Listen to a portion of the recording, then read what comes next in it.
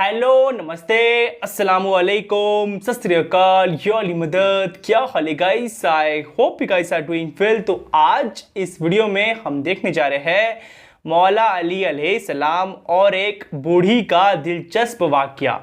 मौला अली अलैहिस्सलाम और एक बूढ़ी का दिलचस्प वाक़या बाय डॉक्टर माजिद रज़ा अबीदी।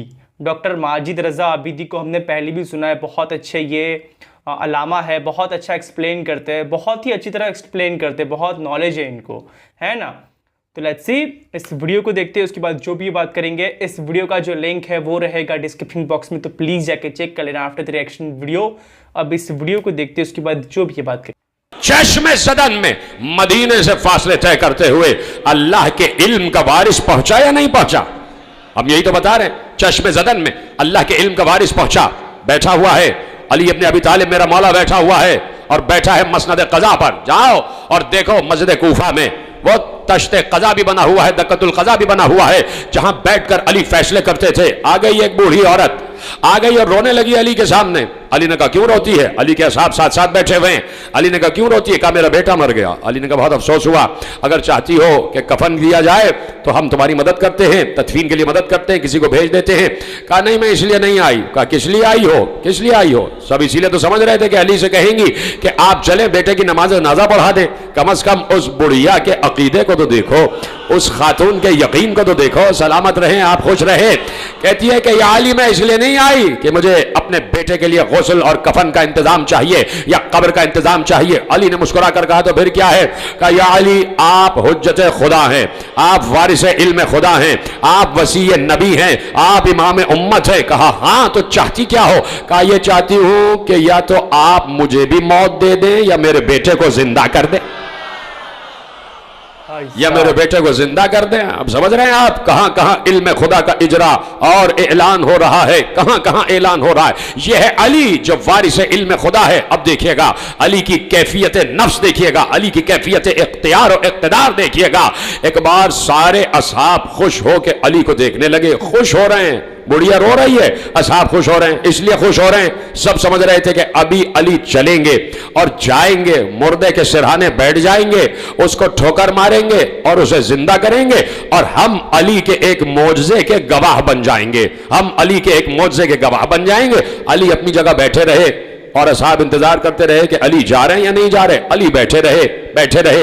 एक बार उस खातून को नजदीक बुलाया, कहा मेरे करीब आ जाओ। वो करीब आई, कहा सुनो, अपने बेटे के मुर्दे के सराहने जाना और उसका शाना हिला के कहना तुझे अली इब्न अबी तालिब ने जिंदा तलब किया। जीते रहे, आप सलामत रहे। तवज्जो है सबकी? खुदा आपको सलामत रखे। जैसी समातें आपकी है, गुफ्तगू आगे बढ़ रही है। बैठे हुए अली दक्कतुल क़ज़ा पर। अभी तो एक गोशा हवाले किया है, अब कुरान की तफसीर वतुकल्लिम बिहिल मौता, कि इसी कुरान के इल्म के जरिए मुर्दों से बातें की जा सकती हैं, मुर्दों से बातें की जा सकती हैं। वला अन्ना कुरानन सय्यरत बिहिल जिबाल व क़ुत्तिअत बिहिल अर्ज़ व कुल्लिमा बिहिल मौता। हाँ, इससे मुर्दों से बातें की जा सकती हैं। अली है अली, जाके पढ़ो, कोई गढ़ी हुई रिवायतें नहीं है। हमारे यहां तो शेरों का घराना मौजूद है जिसमें सब के सब शेर हैं, सब के सब असद हैं। हमें कहीं से रिवायत गढ़ने की और वजह करने की जरूरत नहीं, इसलिए कि हमारे आले मोहम्मद ने बड़े अजीम हवालों से वो रिवायतें हमारे हवाले कर दी। और चश्मे फलक ने भी देखा, चश्मे खिलकत ने भी देखा, चश्मे बशर ने भी देखा। और ये बात लिखी हुई है, जाके पढ़िएगा जो कहने जा रहा हूं। एक नौजवान आ गया और बैठा हुआ है, बैठने वाला बैठा हुआ है, समझे ना, बैठने वाला अपनी मसनद पे बैठा हुआ है। नौजवान आया, कहा मैं एक कजिया लेकर आया हूं। कहा क्या कजिया है? कहा बात यह है कि मैं कूफे का रहने वाला हूं और मेरा बाप जो है मदीने में, मेरे बाप का इंतकाल हो गया, मैं उसका तन्हा वारिस हूं और मैं अरसे दराज से कूफे में, और अब मैं चाहता हूं कि उसकी विरासत मुझे मिल जाए। कहा तो क्या मसला है? कहा मैंने सुना यह है कि मेरे बाप की विरासत हुकूमत वक्त ने अपने कब्जे में ले ली है, बहक़ सरकार जब्त हो गई है, इसलिए कि वारिस जब नहीं था तो हुकूमत ने वो विरासत जो मेरे बाप की विरासत थी, जिसका वारिस मैं हूं, हुकूमत ने अपने कब्जे में ले लिया है। अब चूंकि अदालती निज़ाम है, अब अजीम बात कहने जा रहा हूं और मैं आपको देख रहा हूं कैसे आप इसको वसूल करेंगे।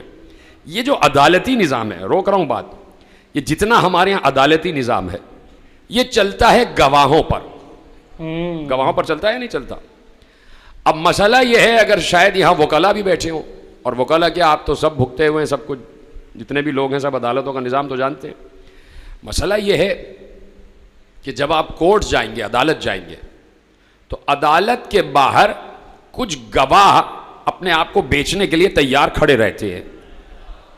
गवाह बिक रहे होते हैं। कुछ गवाह होते हैं कि जिनका काम ही होता है कि उनको गवाही देना है। हाँ भाई, ये दीवानी केस है, इसके पैसे इतने होंगे, हाँ भाई गवाही दे देंगे। हाँ भाई, ये जो है फौजदारी मुकदमा है, इसके इतने पैसे होंगे। भाई ये कत्ल का मुकदमा है, हाँ भाई इसके पैसे। अब उस गवाह को पता ही नहीं कि वाक़या कहाँ हुआ है, हुआ भी है नहीं हुआ है।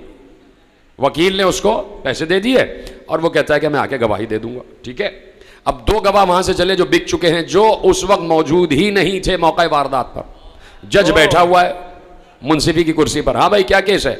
उन्होंने कहा इधर से ये, इधर से ये। गवाह इधर से आ गए।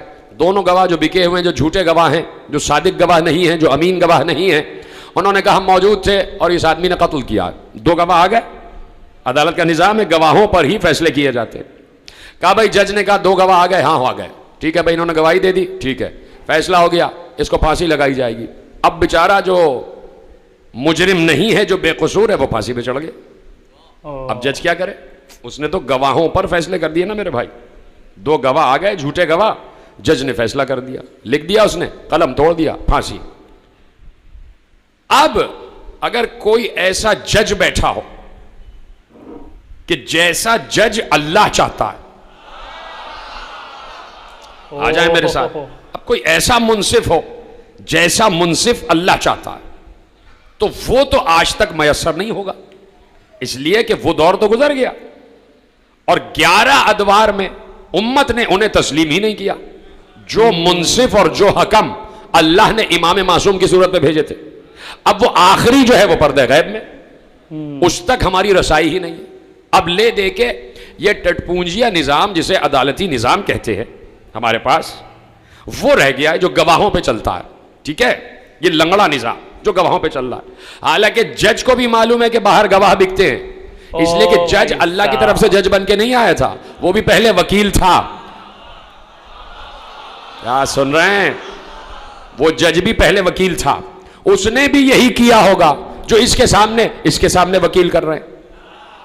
इसने भी किसी जज के सामने यही किया होगा ना भाई। बाहर से दो गवाह जो है वो हायर कर लिए होंगे जब ये वकील रहा होगा, और अब ये जज बन गए और इन्होंने दो गवाहों की गवाही पर फैसला दे दिया। अब बताओ, अब है सवाल, अब बताओ कि इस दौर का जज कैसे फैसला करे कि सामने वाला सच्चा गवाह है या नहीं, है ना? अब बताओ कि सामने वाला सच्चा गवाह है या नहीं। इस दौर का मुंसिफ, इस दौर का काजी, इस दौर का चीफ जस्टिस कैसे फैसला करे? इसलिए कि वो तो गवाहों की गवाही पर यकीन करके उसने फैसला कर दिया। तो अब पूछना यह है कि क्या रसूल अल्लाह को यह सब नहीं मालूम था कि एक दौर ऐसा आएगा जब अल्लाह का बनाया हुआ पर्दे गैब में चला जाएगा और दुनिया जो है वो अपने बनाए हुओं पर भरोसा करेगी, अपने बनाए हुए निज़ाम के तहत चलेगी, और फिर ये मुश्किल में गिरफ्तार हो जाएंगे। बेकसूरों को कसूरवार ठहराया जाएगा, बेकसूरों को फांसी दी जाएगी। रसूल अल्लाह का भी तो मालूम था ना। तो रसूल अल्लाह को करो सलाम, इस बात पर सजदा रेज हो जाओ कि रसूल अल्लाह ने इसका भी हल बताया, और मैं हल बताने जा रहा हूं। और अगर हल आप तक पहुंच जाए तो वो जब पहुंच जाए तो वापस मुझे भी बताइएगा कि हल पहुंच गया। रसूल को झुक झुक कर सलाम करो।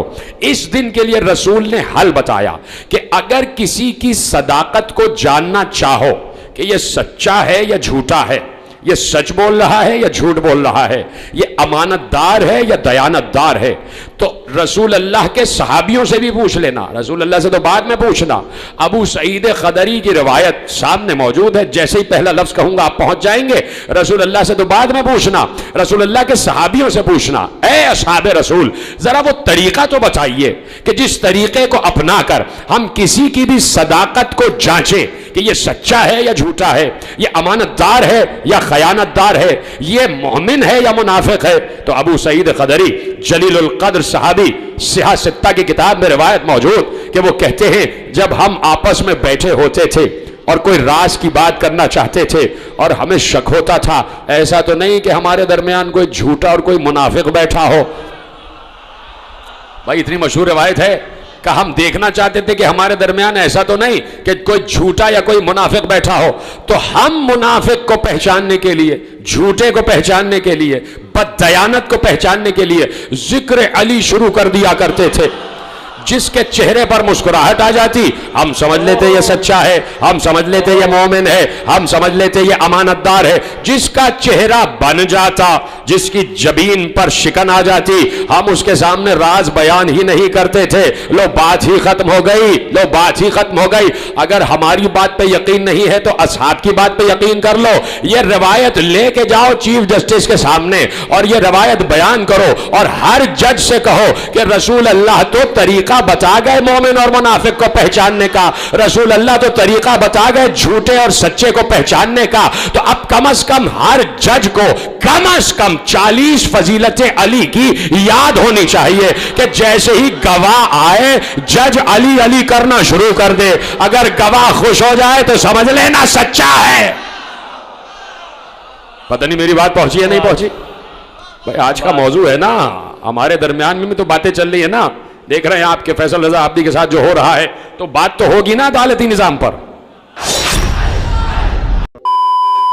बहुत बहुत नॉलेजेबल की वीडियो था, सच बता रहा हूँ, बहुत नॉलेज थी इस वीडियो के अंदर में। वीडियो को मैंने सुनना स्टार्ट करा था एज एक वाक्या, जिस तरह से लाइक वाक्या समझ के मैंने इसे सुनना स्टार्ट करा था। एक बूढ़ी औरत और मौला अली इस्लाम का वाक्या होगा इसके अंदर में, बट वो वाक्या बहुत छोटा सा था, बहुत छोटा सा वो वाक्या था। लेकिन उसके बाद जो नॉलेज मिली इस वीडियो से वो बहुत ज़बरदस्त था।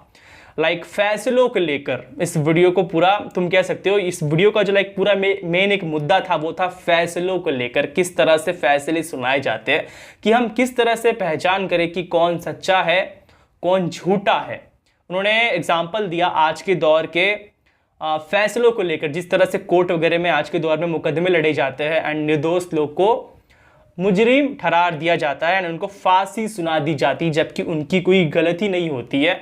कुछ वकील जो होते हैं वो कोर्ट के बाहर से लाइक जितने भी ये होते हैं लोग होते हैं उनको पैसे देकर खरीद कर गवाह बनाकर लेकर आ जाते हैं, जबकि वो उन्होंने कुछ देखा नहीं होता है। बहुत सिंपल सी बात है भैया। तो इस चीज़ का हल इन्होंने एक्सप्लेन करा, इन्होंने कहा है कि इस चीज़ का हल जो है ना पिछले दौर में, मतलब पहले ही, काफ़ी पहले ही हमारे जो नबी साहब थे हज़रत Mohammad peace be upon him, उन्होंने इस चीज़ का हल पहले ही दे दिया था कि किस तरह से एक सच्चा इंसान और झूठे इंसान में पहचान करी जाती है कि कौन मुनाफिक है कौन लाइक सच्चा है, कौन मोमिन है कौन मुनाफिक है। इस तरह की अगर पहचान हमें करना हो ना तो पिछले दौर में तुम्हें हज़रत Mohammad peace be upon him की जो रवायत है उनको लाइक उसको पढ़ना पड़े कि भाई जो मेरे साथी है, जो मेरे साथ से है, काफ़ी टाइम से मेरे साथ है, लाइक बैठते हैं उठते हैं मेरे साथ, मेरी बातों को सुनते हैं, मेरा साथ देते हैं, मुझे कैसे पता चलेगा कि ये सच में मेरे साथ है या सिर्फ दिखावा कर रहे हैं? मुझे कैसे पता चलेगा कि ये मुनाफिक है या फिर मोमिन है? तो इस चीज़ का पता करने के लिए वो जो है ना मौला अली इस्लाम की फजीलियत को पढ़ते हैं, उनका तारीफ़ करते हैं। अब बहुत सिंपल सी बात है, मौला अली इस्लाम की जितनी भी तारीफ़ है बिल्कुल सच्ची है, बिल्कुल रियलिटी है, बिल्कुल हक पे थे वो, जो भी उन्होंने करा है बिल्कुल सबके सामने है, हमेशा अच्छा ही काम करा है। तो इस तरह से लाइक वो जो है ना मौला अली इस्लाम की तारीफ़ों को लोगों के बीच में रखते थे। तो उस वक्त जो मुस्कुरा देता था, जो खुश हो जाता था, जो झूम उठता था उनकी तारीफ़ को सुन के, बिल्कुल क्योंकि वो बिल्कुल सच्ची थी, तो वो जो है ना मोमिन कहलाता था।